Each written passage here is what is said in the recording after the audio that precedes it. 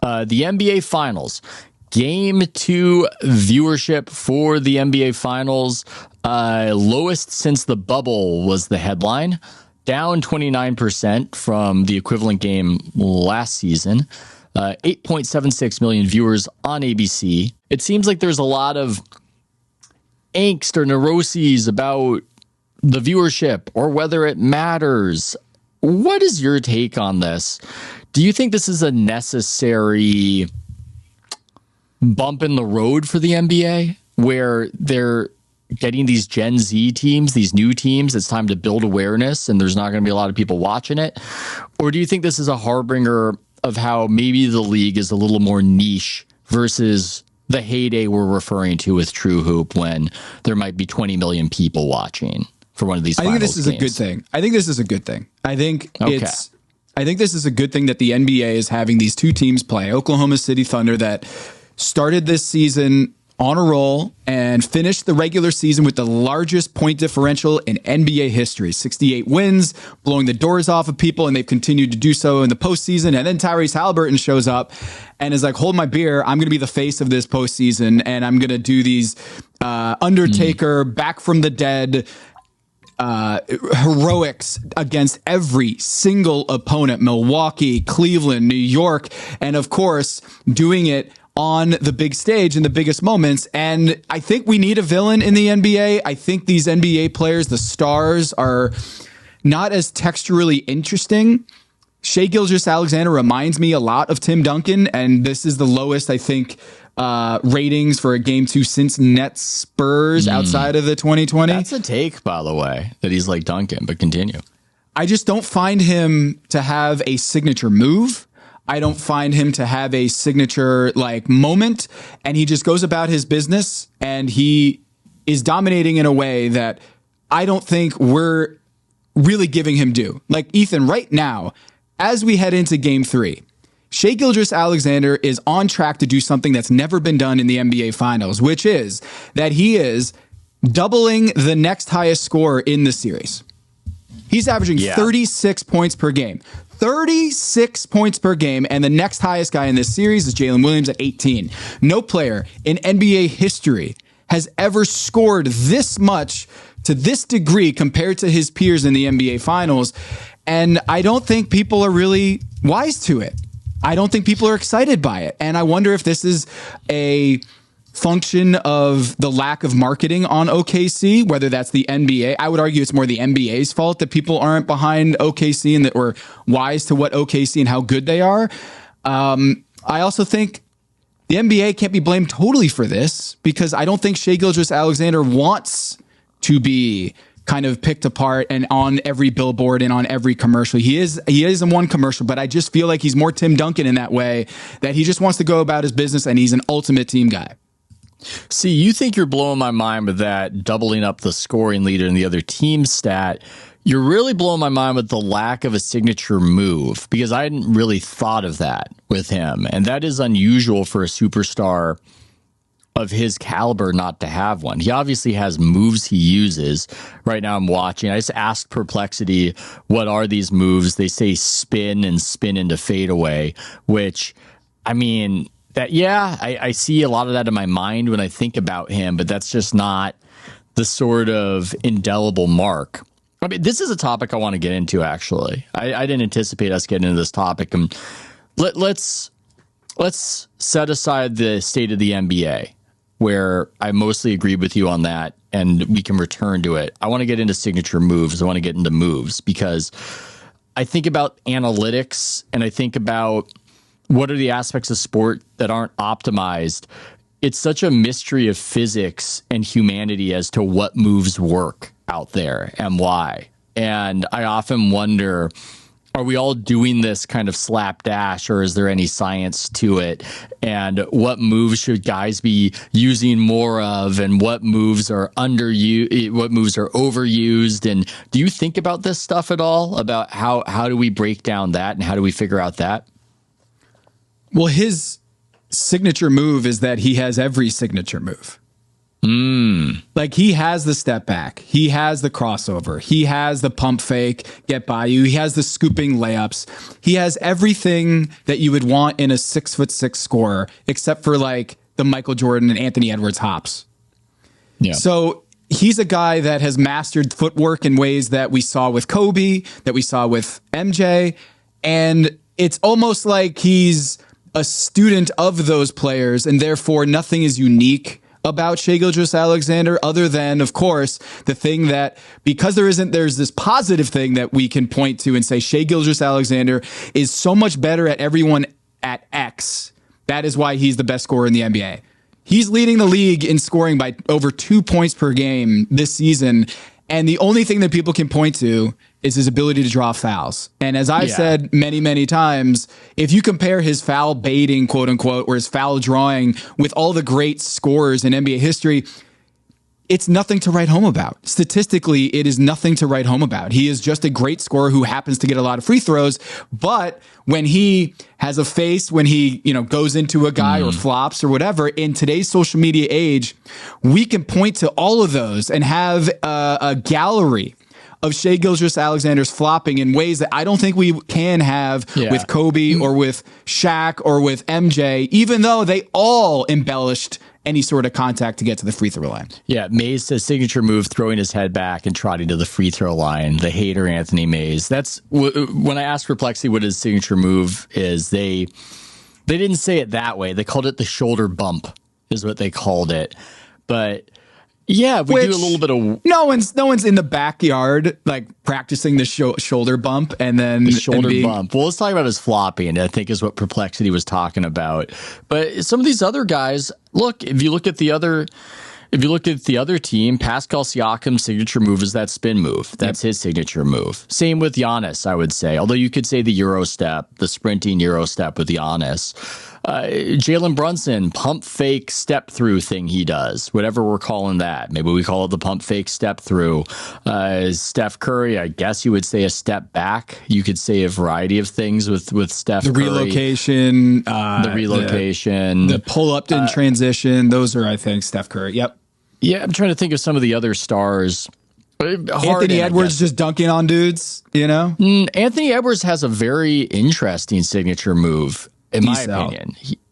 He does the decel. He does the weird sidestep thing that looks like a travel, and he does it for a jump shot almost, where he'll just stop and then take 2 steps to the side. I need to look at it again and see. It's somehow legal and somehow fine, but that's the thing Anthony Edwards does that seems like that's his thing that I don't really see other guys do.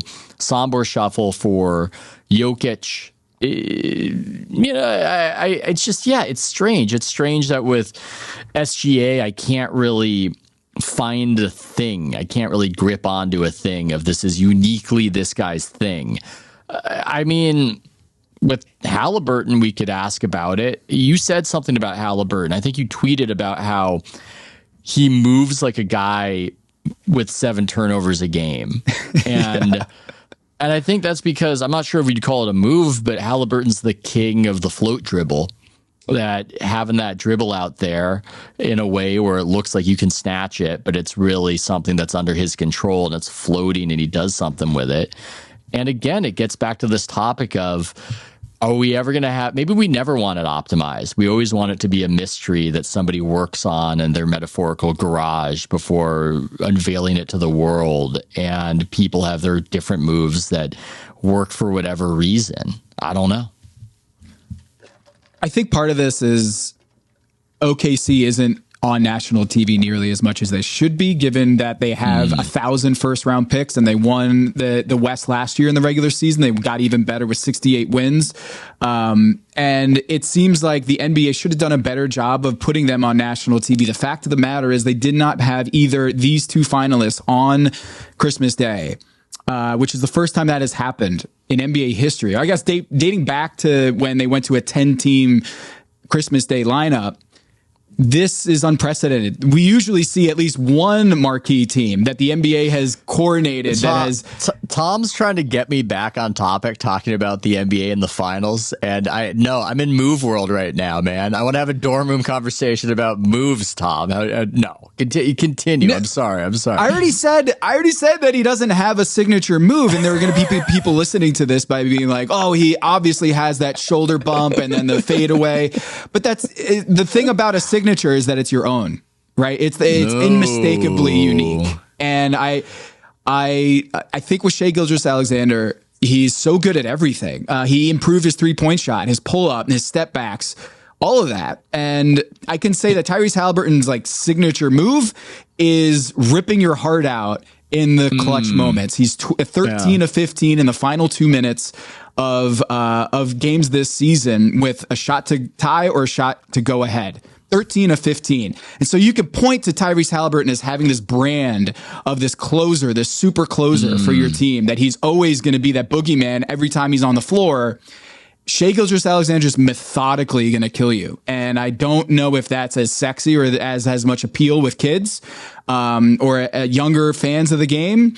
Is that as alluring as someone like Anthony Edwards or Tyrese Haliburton? And that, to me, I think is why there's so many discussions about whether Tyrese Haliburton is a superstar or Shai Gilgeous-Alexander is a superstar. And we can't like make Shai Gilgeous-Alexander interesting on a national level until we have this like ephemeral thing, this subjective thing, this label of superstar. Is he a superstar? Yeah. I think it speaks to not that how bland he is, but how like Tim Duncan he is. I love the Tim Duncan. Mays clip Tom saying that he doesn't know if he's sexy or has appeal to kids, and release that with no other context. No other context. Just put that out there. I love the Tim Duncan analogy there of having this mastery of all these different moves to the point where you're just doing whatever you need based on the situation, and how that's not something that's as indelible to us. I think that that's true. I guess related to it and what you're saying about Haliburton having a brand, this is something that was discussed on the BCC chat that I'm on, where a Pacers fan was admitting, he was saying, look, I'll admit, I don't think Tyrese Haliburton's a superstar. And SGA, he doesn't have these off nights. Sometimes Haliburton just disappears. Where do you stand on that, Tom? Is Haliburton a superstar? I don't think so. I think he's... Why? Why is that? The guy's averaging 15 points a game in the finals. I'm just trying to add some drama to your response. I'm just trying to set you up. He's a guy who's a mismatch hunter. So when you look at what Tyrese Haliburton does really well, it's having an incredible assist to turnover ratio. He's very careful with the ball. He does not make mistakes, but he's also very opportunistic in a way that will remind me of another fellow Wake Forest Demon Deacon, Chris Paul. Chris Paul, in his entire career, playoff career, he had never taken more than 25 shots in a game. It's just not in him. Not in him to be that guy. When everyone wanted him to take over and be this high volume scorer, he was only a 20-point scorer for a couple seasons in his NBA career. And I think it's a similar thing with Tyrese Haliburton. I think Chris Paul is a much better defender than Hallie, but Hallie has the same kind of DNA in the sense that, like, you want him to do more, but I don't think it's in him to do more, to be that guy who, like Shai Gilgeous-Alexander, I think SGA can shoot 30, 40 times a night and be happy with that. Yeah. Be like, I'm good with that. Haliburton, I don't think has that strain. I don't think he has that element to him. And I think you need that to be considered a quote unquote superstar.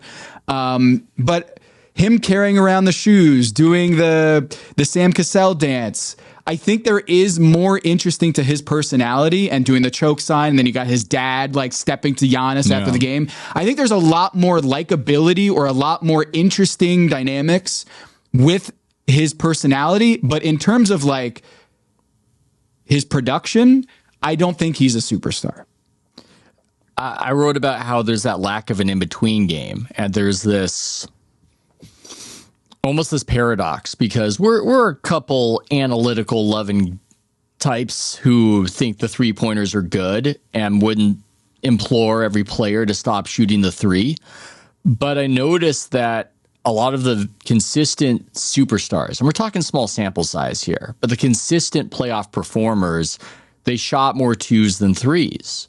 And I'm not saying that consistency is the end all be all if you need 4 out of 7 games, but there's just something interesting about that to me, whether it's Jokic, Giannis, even Luka, more so twos than threes. And then some of these guys where they fade out and they disappear and it's surprising, they're either shooting half their shots as threes or the majority of the shots at threes. We're talking James Harden. We're talking the aforementioned Haliburton. Jason Tatum's around 50% of his shots are three-pointers. And Steph Curry might be the exception who proves the rule, and I'd argue that the relocation, this constant impact on the defense gives him a different component to it. But I think maybe that's the difference with some of these guys is that, look, maybe the three-point shot's not falling, but I've got this in-between game right here that I can go to. I have an efficient enough mid-range game that I can go to that I never truly fall off the map in a game. I'm always going to be a presence. And so as much as three-point shooting in aggregate for a team is better offensively for a team, I think for an individual superstar, it's almost a must that you're more reliant on the area below the arc, unless you're Steph Curry, than the other areas.